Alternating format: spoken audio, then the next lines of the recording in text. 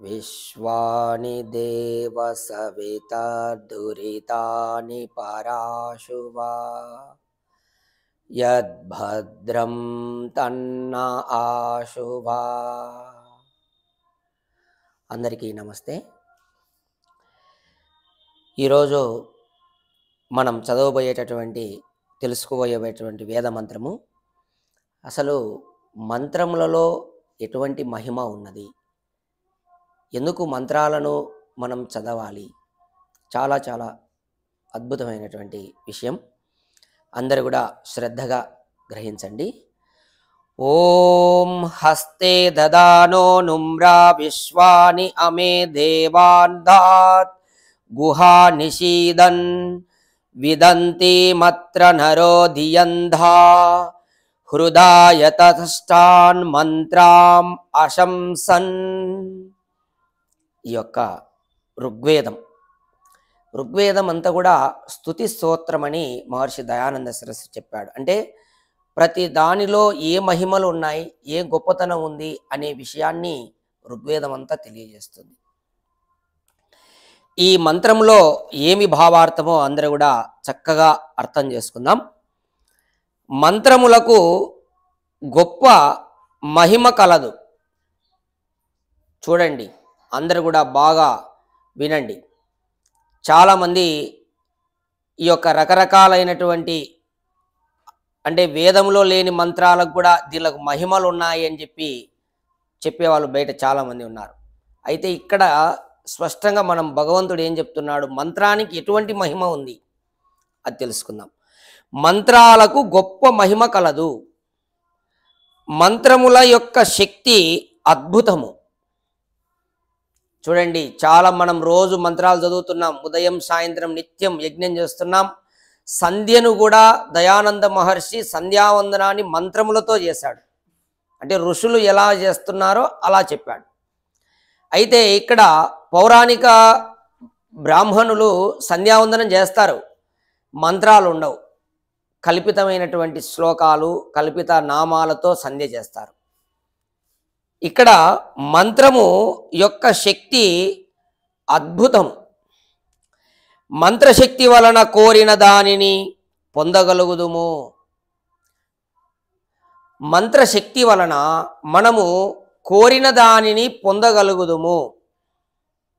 మనము ప్రతిదినము వేద మంత్రములను ఎక్కువగా ఉచ్చరించుచున్నను వాని వలన కొంచెము కూడా ప్రయోజనము లేదు. కారణం ఏమంటే ఈ మంత్రములు మన హృదయము నుండి వెడలుటలేదు.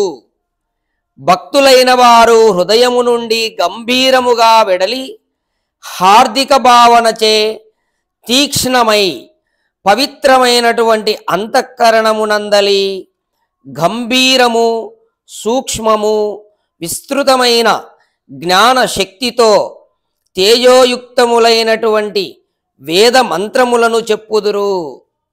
అయితే ఇక్కడ చూడండి, చాలా ట్విస్ట్ ఉంది ఇక్కడ. అదే అందరూ అర్థం చేసుకోవాల్సింది. ఊరికే వేద మంత్రాలను పొద్దున సాయంత్రం వల్లిస్తే ఉపయోగం లేదంట. భక్తితో అంతఃకరణ శుద్ధితో ఎవరైతే చేస్తారో అటువంటి వారికి ఈ మంత్రముల యొక్క ప్రభావం ఉంటుంది. అది చెప్తున్నాడు ఇక్కడ. అంతకంటే మించి వారు ఇట్టి మనోచ్చారణ ద్వారా ఈక్షణ అను పేరుగల దివ్యమైనటువంటి శక్తిని సంచాలనము చేయుదురు. అయితే ఎవరైతే ఇట్లా హృదయపూర్వకంగా భక్తులై భగవంతుని యొక్క భక్తులై మంత్రాలను శుద్ధమైన అంతఃకరణంతో ఉచ్చరిస్తూ ఉంటారో అటువంటి వారికి ఈక్షణ అనే పేరుగల ఒక దివ్యమైనటువంటి శక్తి సంచాలనము చేయుదురు వారు. అంతకంటే మించిన శక్తి ప్రపంచములో మరి ఒకటి ఉండదు. ఆ విధంగా చేసేటటువంటి వారికి ఒక దివ్యమైనటువంటి శక్తి వాళ్ళ లోపల ఉంటుందంట, సంచాలనం అవుతుందంట. అంతకంటే గొప్ప శక్తి ఈ విశ్వంలో లేదంట. అంటే మంత్రములో ఎంత పవర్ ఉందో ఒకసారి చూడండి. ఇందువలన ఆ పురుషులు ఎవరైతే ఈ విధంగా చేస్తూ మంత్రాలను చేస్తుంటారో అటువంటి పురుషులు తమలోనే సర్వమును పొందుదురు. ఇక అటువంటి వాళ్ళు తన లోపలనే అన్నీ కూడా తన లోపలనే సర్వమును పొందుతారంట. వారు బుద్ధిని ధారణ చేసి స్థితప్రజ్ఞులై నిష్కామ కర్మ చేయుట వలన హృదయము శుద్ధమగును. అటువంటి వారు స్థితప్రజ్ఞులంట. భగవద్గీతలో ఈ పదం గురించి చాలా స్పష్టంగా చెప్పినాడు. అంటే స్థితప్రజ్ఞుని లక్షణాలు చెప్పాడు.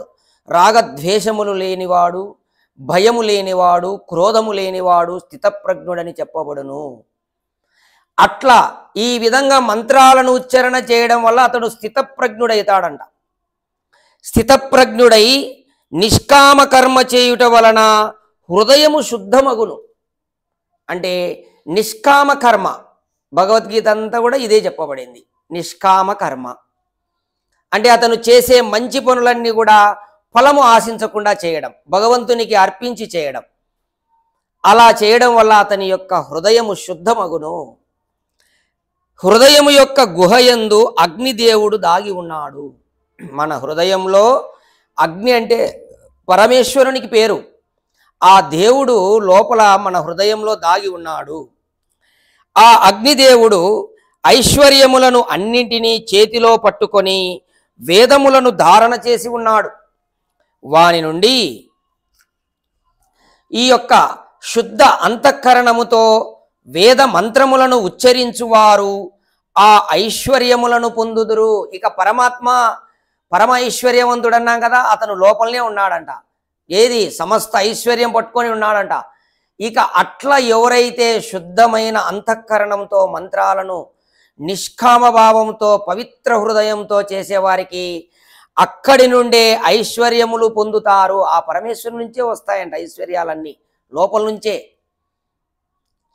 నోటితో మాత్రమే మంత్రములను ఉచ్చరించుచు హృదయమునందలి అగ్నిదేవుని గుర్తింపని వారికి మంత్రోచ్చారణ వలన ఏమీ ప్రయోజనము లేదు.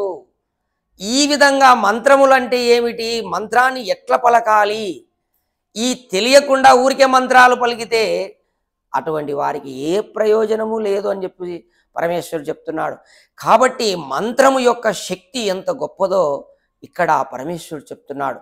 కాబట్టి మనం అందరం కూడా గుర్తుపెట్టుకోవాలి, మంత్రాలు పలికేటప్పుడు రే పరమాత్మ మన గుహలోనే మన హృదయంలోనే ఉన్నాడు, అగ్నిదేవుడు పరమేశ్వరుడు ఐశ్వర్యవంతుడు లోపలనే ఉన్నాడు అని భావన చేస్తూ పవిత్రమైన హృదయంతో నిష్కామ భావంతో స్థితప్రజ్ఞుని యొక్క లక్షణాలతో మంత్రాలు పలికితే అతను సకల ఐశ్వర్యములను భగవంతుడి నుండి లోపల నుంచే పొందుతాడు.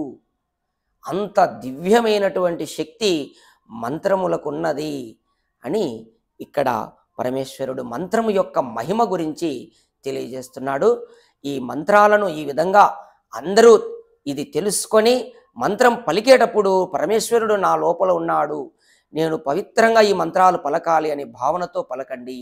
అప్పుడు ఆ యొక్క ఫలితాన్ని సకల ఐశ్వర్యములను లోపల నుంచే పొందుతారని తెలియజేస్తూ ఓం తత్ సత్.